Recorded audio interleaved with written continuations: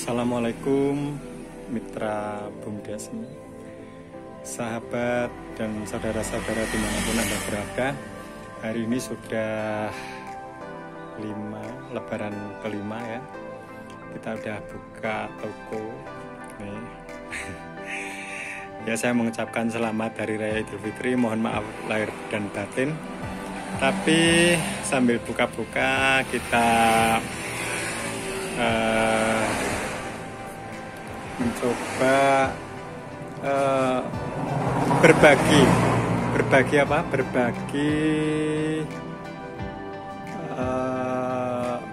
sesuatu barangkali bermanfaat ya.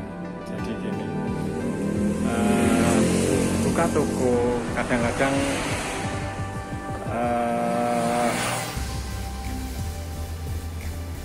kalau kita mau mulai itu susah atau kadang banyak orang ragu ya. Nah, tapi sebenarnya jangan disepelekan hal-hal yang kecil. Toko lumayan loh, penghasilannya itu ya yang saya rasakan itu cukup, walaupun ya kita memang ya kalau toko itu pekerjaannya ringan, cuma harus sabar. Karena misalnya saya fotokopi nih ya, fotokopi ini aja belum ada yang fotokopi seperti ini. Kita nyalakan mesinnya. Nah, ini sambil beli ya. Kita melayani, kadang ada orang fotokopi itu cuma 200 rupiah satu lembar.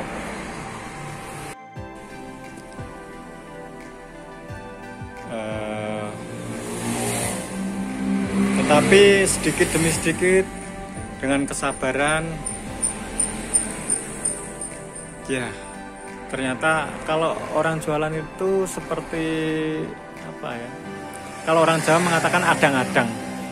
Nah, jadi adang-adang itu kadang yang dihadang banyak, kadang nggak ada sama sekali. Tetapi kalau kita konsisten, misalnya kita tiap buka, kalau saya tuh ya buka jam 6 pagi, tutup jam 8 malam.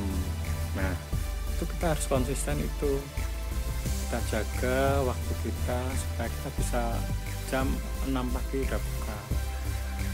Terus tutupnya juga jam 8 malam, walaupun kondisinya sepi seperti apa. Nah, itu sudah resiko. Karena apa? Kita juga merasa berdosa, misalnya hujan itu kan ya jelas nggak akan ada orang yang fotokopi. Tapi kadang ada orang yang butuh juga loh.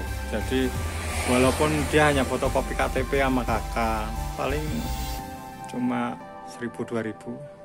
Tapi kalau udah jauh-jauh, dia naik sepeda motor sampai di sini tutup, kasihan ya. Tapi kalau dia datang udah lewat jam 8, kita udah tutup, kita nggak merasa salah karena memang jam buka kita segitu. Nah, ini satu hal yang ini. Jangan mengatakan hari ini sepi, udah kita tutup, gasek aja. Jangan, karena ini secara tidak langsung akan tertanam kepada pelanggan kita bahwa oh, masih kurang 10 menit, keburu kita ke sana. Nah, itu lama-lama kita akan menanamkan kepada pelanggan bahwa kita konsisten. Kemudian harga standar lah ya harganya. Jadi kalau ATK itu memang enggak ini ya. ATK itu barang-barang yang sebenarnya keuntungannya beda dengan kita jualan sembako ya. Karena ATK itu termasuk barang yang orang beli itu tidak tiap hari.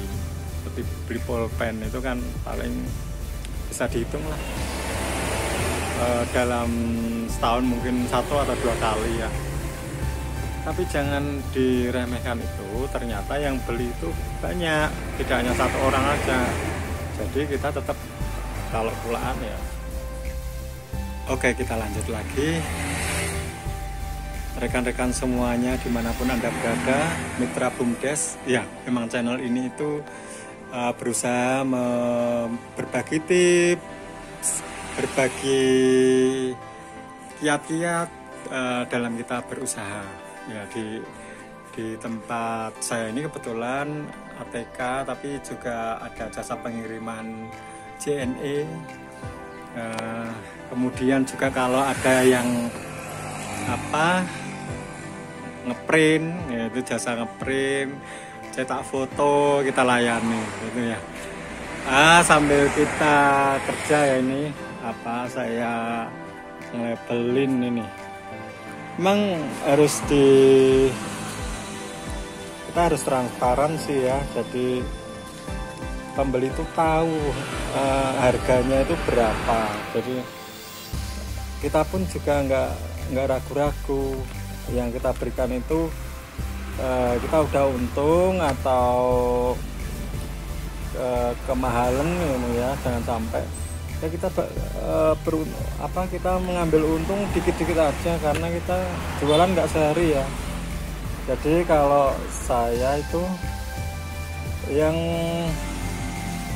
penting pembeli kita udah untung, pembeli kembali lagi karena merasa ya barang yang dia beli pas, artinya ya memang pas harganya, kualitasnya juga baik gitu ya.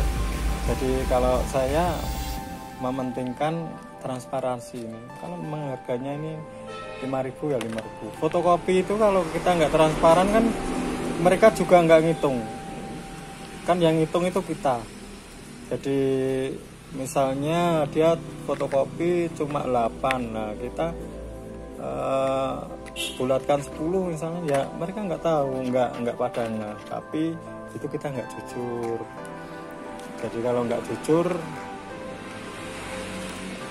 kita merugikan pelanggan satu, yang kedua ya jelas kita berdosa ya. Kita cari makan tuh yang halal, jangan sampai kita memang pedagang itu kan pengennya untung banyak, tapi jangan menghalalkan segala cara. Uang kalau fotokopi kan cuma 200 ya, kalau di bawah 10 itu saya memang menghitungnya 250, tapi kalau di atas 10 itu saya hitung 200. Nah, ya itu harga standar. Jadi mereka juga tahu. Nanti kalau saya buat nota ya sama gitu ya. Jadi kejujuran itu penting banget bagi pedagang. Untuk lestari satu harus jujur. Kalau nggak jujur, memang kita saat itu kita mungkin dapat banyak ya, tapi besok-besoknya bisa langsung dijamin itu sepi pelanggan atau kita nggak laku lagi. Kalau barangnya memang jelek, misalnya saya punya cat air gitu ya, itu sudah ada yang lepas, ya saya bilang ini ada yang lepas tapi barangnya masih baik. Kalau harganya sebenarnya 12.000, kamu mau 9.000? Kalau dia mau ya silahkan, artinya dia dapat barang yang memang tidak sempurna ya. Yang namanya dagang itu kan dua kesepakatan. Ketika dia memang belum sepakat atau menawar, ya nggak apa-apa. Walaupun kita sudah kadang kita tulisi harga pas, ya namanya sabar tadi.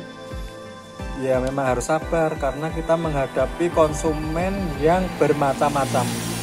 Kadang saya jual pulpen 3.500 tuh ada yang nawar loh 2.500. Dalam hati kadang geli ya, mosok pulpen ditawar, tapi ya kenyataannya ya kita hargai aja mereka. Jadi penghargaan kepada mereka itu juga tidak pilih-pilih.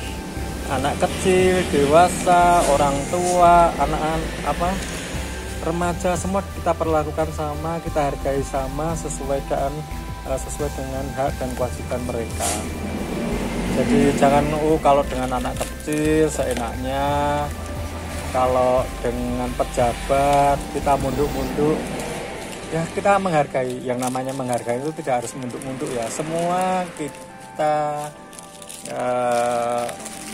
kita perlakukan sama, menghargai, penting ini untuk seorang pengusaha. Penghargaan kepada orang lain tuh bukan terlalu ramah tapi harganya mahal, enggak, wajar, kita wajar saja. Kadang kalau uang, nah ini ya juga tip, misalnya habisnya 13.500, maka yang 500 ya, ini yang 500 kita omongkan, yang 500 kita bonus 13 saja. Kita kadang mendiskon 500 rupiah itu suatu hal yang sama-sama menyenangkan. Nah itu perlu, jadi membuat konsumen gembira, itu seneng itu ya. Nah itu terus tadi udah jujur, konsisten, transparan ya. Oh iya, kalau memulai usaha, oh ya gambarnya biar enak ya, enak dipandang sambil saya memperhatikan juga gambarnya. Oh ini hand sanitizer ya, tetap protokol kesehatan, ini masa COVID ya kita penuhi juga. Saya pakai masker loh ini, coba ini ngomong ya saya lepas. Tadi saya ngomong adang-adang tadi ya, oh ya saya lupa ini adang-adang. Saya tadi buka toko, saya prediksi ya masih sepi lah ya hari pertama. Ternyata di luar prediksi loh. Tadi ini sempat saya matikan kamera karena pembeli nggak taunya banyak. Ini rezeki lah ya, yang beli ini itulah kertas, ada yang beli pulpen, ada yang beli tempat solasi, karbon dan sebagainya. Alhamdulillah ya. Ini namanya kadang-kadang kita nggak bisa prediksi. Hari ini yang kalau saya bilang sepi, ternyata beda, rame. Ini alhamdulillah rezeki, yang namanya rezeki. Maka tadi saya mengatakan konsisten buka, konsisten di dalam berucap, dalam janji-janji ya. Janji-janji misalnya fotokopi ditinggal nanti sore diambil ya, kita harus gimana pun karena kita udah punya janji harus bisa kita penuhi. Misalnya jam 3 nanti sore harus sudah jadi ya, kita harus jadi. Kalau perlu misalnya ditinggal semalam, kita kadang begadang sampai pagi fotokopi. Nah itu supaya apa ya, supaya janji kita juga bisa dipenuhi. Ini penting memenuhi janji, tidak hanya sekedar memuaskan pelanggan, tetapi hal-hal yang kecil itu perlu di ini. Terus yang tidak kalah pentingnya dalam usaha adalah modal. Kalau teman-teman, saudara-saudara dimanapun Anda berada, kepingin berusaha, itu modalnya paling tidak 2/3 harus dimiliki sendiri. Jangan yang 2/3 utang ya. Ini penting. Kalau pengalaman saya dulu, modal 100% dari saya sendiri. Artinya dari kita sendiri. Kalau 100% dari kita sendiri lebih bagus. Karena kita tidak terikat dengan dengan pemodal lain. Biasanya kan tetap ada ribanya, ada bunganya itu. Nah, kita hindari itu ya, kita berlaku menghindari riba. Jangan pinjam. Bentar, ada pembeli. Kita lanjutkan mitra BUMDes dimanapun Anda berada. Bincang kita tentang usaha kecil. Toko kelontong. Ini contohnya adalah ATK ya. Kalau kita tadi sudah menyampaikan bahwa modal itu selayaknya kalau kita memulai usaha agar 3/4 atau 2/3-nya lah kalau tidak ya, itu milik sendiri. Syukur bisa 100%. Karena apa? Karena usaha yang baru saja dimulai itu tentu masih belum bisa menghasilkan keuntungan. Kalau kita berharap dapat memetik banyak keuntungan dari usaha pertama, itu kita salah. Nah, kalau kita sudah banyak berhutang padahal pemasukan atau usaha kita baru tumbuh, tentunya dagangan kita lama-kelamaan malah akan menjadi berkurang. Karena bukan untuk menambah dagangan-dagangan yang kurang atau tidak belum ada, tapi kita sudah harus mulai mengangsur hutang. Jadi inilah kenapa kok saya mengatakan untuk memulai usaha yang baru, maka sebaiknya itu modal sendiri. Karena kita akan menjadi lebih tenang, berkonsentrasi, jadi tidak kemerungsung, karena harus setiap bulan memikirkan angsuran.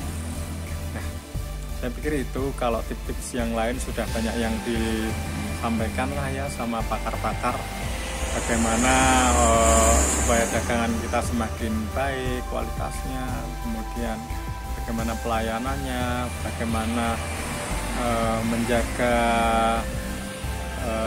kepercayaan dan sebagainya. Itulah saya pikir cukup di sini dulu. Mulailah, jangan cukup hanya di angan-angan. Memulai sesuatu, kita akan menjadi kaya pengalaman, dan insya Allah kalau memang niat kita untuk menambah penghasilan, insya Allah kita akan mendapatkannya, walaupun terkumpul dari uang yang sedikit demi sedikit. Karena sudah saya sampaikan tadi, kalau fotokopi itu satunya 250, berarti kalau hanya fotokopi 2 lembar mungkin dari 500-an perak. Tetapi itu kalau kita telateni ternyata juga bisa cukup walaupun hanya kelontong saja. Terima kasih. Assalamualaikum warahmatullahi wabarakatuh.